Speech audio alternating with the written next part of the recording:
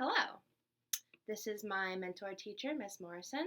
She is an RTI teacher, and we will be talking about positive reinforcement techniques. And I thought it would be really cool for you to hear it from an RTI teacher. Will you please explain what that is?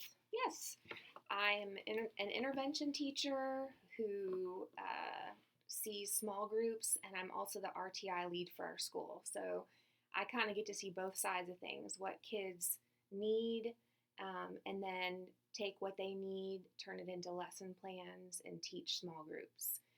And so RTI is leveled. So there's tier one, tier two, tier three. Tier one is we call tier one instruction. That's the level of instruction that all students get in the classroom. If students struggle a little bit, then we kind of pinpoint what their gaps are or what their struggles are in, and we set up plans and determine interventions to try to fill those gaps to get them back to where they need to be at grade level. If we spend time with them at the tier two level, giving them a little extra support, and we find that they're still struggling, those gaps are kind of growing, then we'll move them up to tier three. We'll give them more time. It'll be more intentional. The interventions will be more specific, and we will also progress monitor them more often. So that's kind of the 3 steps to RTI, which falls under what you might hear MTSS, the multi-tiered system. So RTI is just one portion of that overarching umbrella of MTSS. Mm-hmm. And I knew nothing about RTI coming into this, and I feel like I've learned so much from this experience and being with you these past 6 weeks. So good. So the first question: what are some management techniques that you use to help maximize on-task behaviors? Okay, so of course, this is going to look a little different in here, as you've seen, versus in a homeroom.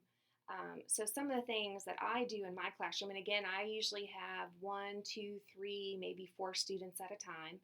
And one of the things that I do to try to keep them on task is first, like you would in a homeroom, give the kids the expectations. Mm-hmm. So not only do you want the kids to have their academic expectations, but their behaviorally what your expectations are too. You also kind of explain what they're going to be learning. Why are they there? So just communicating with them, I believe helps kids. If they understand why they're there, they understand what the expectations are, they're going to stay on task. Mm-hmm. Another thing to keep them on task too is just to praise them when they're on task. And usually this technique, I mean, it's pretty simple. Even adults, appreciate being pointed out when we're doing the right thing. So if you're pointing out to a student that's on task, the other students are seeing that praise and thinking, oh, I want to be praised. So just that positive praise to students that are on task. And then another thing is there are times when we do tangible rewards and intangible rewards. So at our school here, we use PBIS, which is positive behavioral interventions and supports. And again, that's another thing that falls under that umbrella of MTSS. So they earn points for their positive behavior. They can earn it in the classroom. They can earn it in the hallway, in the lunchroom. They can earn it even during intervention time. And then they get those points and they can spend them on dance parties, lunch with their teacher, those kinds of things. So we do that to encourage on-task behavior. And then also when students just really go above and beyond, there's also tangible. So little gifts, little school supplies, different things they can choose from. So that's probably the 3 main things as an intervention teacher that I do to manage mm-hmm. behavior and keep kids on task. Mm-hmm. Mm-hmm. Yeah, I think those are all awesome ways, and I've seen you implement all of those, so that's been fun too. Do you use positive reinforcement in your classroom, and if so, how? I feel like you already kind of answered this mm-hmm. a little bit. I feel like, yeah, too.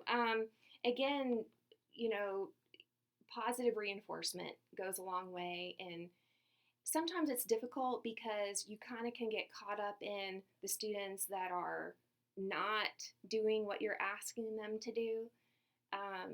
So that's one thing that you may find difficult, and I have found difficult as a homeroom teacher, more so than being in a small group. It's a little bit easier when you just have 2 or 3 kids, but again, using that positive reinforcement for because they've completed tasks, they're working hard, they're doing their best. So, and we all know quickly, one student's best is not going to be the same as another student's best, but you know when they're doing their best, so you're praising them for that.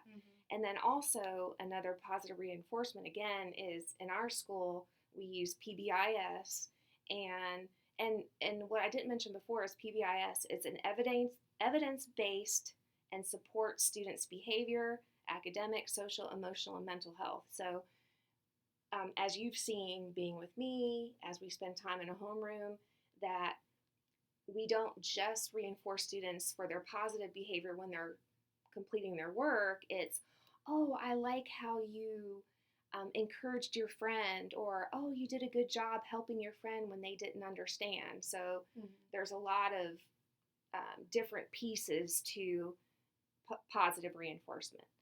And lastly, just another way I feel like to encourage positivity, whether it be in a homeroom or particularly in our small group, is just to let kids talk about things that matter to them. And it's hard to find time, I know that. But when the opportunity arises to let kids talk about what matters to them, and we've had that experience with a couple of students that were struggling, not academically necessarily, but emotionally. We had a day when a student was very emotional, very upset about an experience, and we just took a couple of extra minutes and let him talk about how he felt, what was concerning him, and then talk about what might make him feel better. So not even always focusing on the negative, but focusing on what can make a student feel, what makes them feel happy.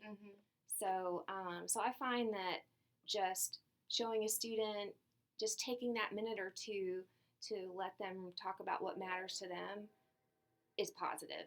And it encourages and grows a positive relationship between yourself and the student, and the students, with each other as well. So yeah. Oh, well, thank you for answering those questions. You're welcome. Yeah, anytime.